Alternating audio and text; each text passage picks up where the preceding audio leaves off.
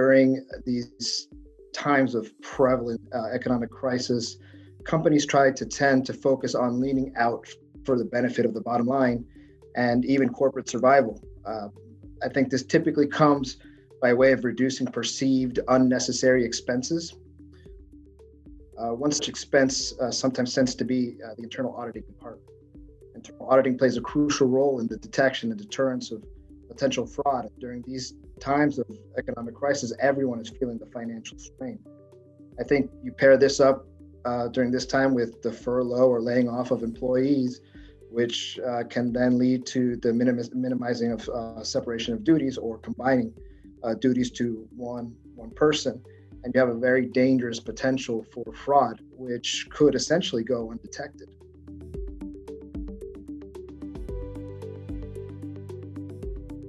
This one particular case that I worked on, it was a watchmaker. They had this one guy who was running the watch repair. And what he would do is people would drop off their watches. He would slip them into a little folder. He would put them in a locker. He would fix them, and then he would give them back. So there was no inventory management system. There was no way for the owner of the store to understand what was even in his possession at any given time. People would come to the store, ask for their items, and if he wasn't there to sort of give them a story, then the shop owner didn't really have an answer. And so those events started to mount up, and this guy ended up with, I think, just over $2.5 million worth of inventory in a little under 3 years. And so, you talk about the fraud triangle and opportunity. When you give folks the opportunity, they're most likely going to take advantage. And so you can head that off by putting structures in place, having rigor, documentation, automated processes, and things of that nature to sort of reduce the openings or the gaps, if you will, for people to step in when they are under pressure. They're in tough situations. But you think about the employee, it's not strange from a fraud examiner's perspective that this guy who had no oversight over his job and was dealing with very expensive watches, jewelry, that he would take advantage of that situation and use his power and his lack of oversight to make a lot of money off of that poor business owner.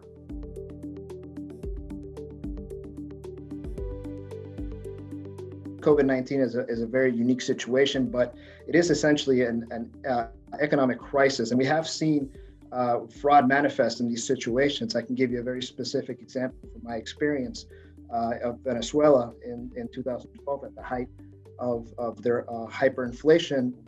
A company had filed an insurance claim for a fire that had occurred on the night of December 24th.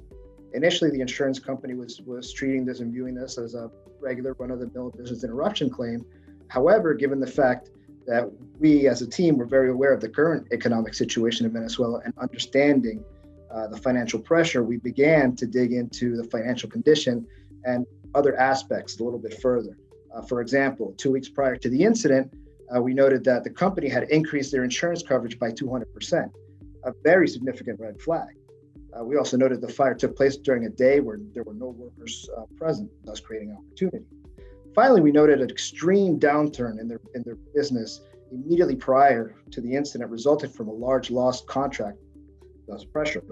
I think being situationally aware of the external factors was a great help in really guiding us in looking for indicators of potential fraud.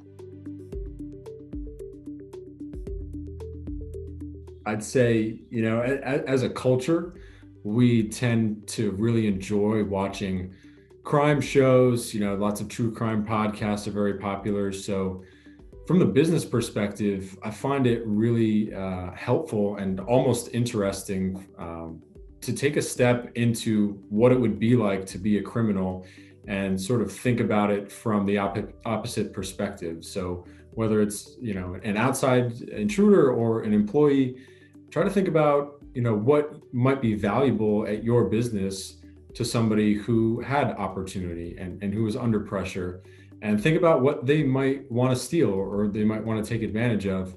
And those are really the places where you want to make sure that you have the most security and that you're the most safe and the most situationally aware. Any type of separation of duties and internal controls should be paired with frequent audits and reconciliations as a verification process in order to defend organizations against fraudulent schemes. Having too much trust in your employees can be a bad thing. Of course, you want to have some level of trust, to be able to run your actual business. But looking at it from an actual business process perspective, you really want to have a handle on what your weaknesses are, and that takes, taking a deep look in the mirror and trying to figure out where your vulnerabilities are. But bringing in consultants can be really insightful too. There are people who do this stuff for a living and seek out vulnerabilities and try to shore them up and put security measures in place, internal controls, physical security stuff like cameras, alarms. All that stuff is really important, but if you don't know where you're vulnerable, you're not going to know where you can deploy capital to address those things, whether you need to put security measures in place, buy additional insurance, or really put any of those mitigation tactics in action.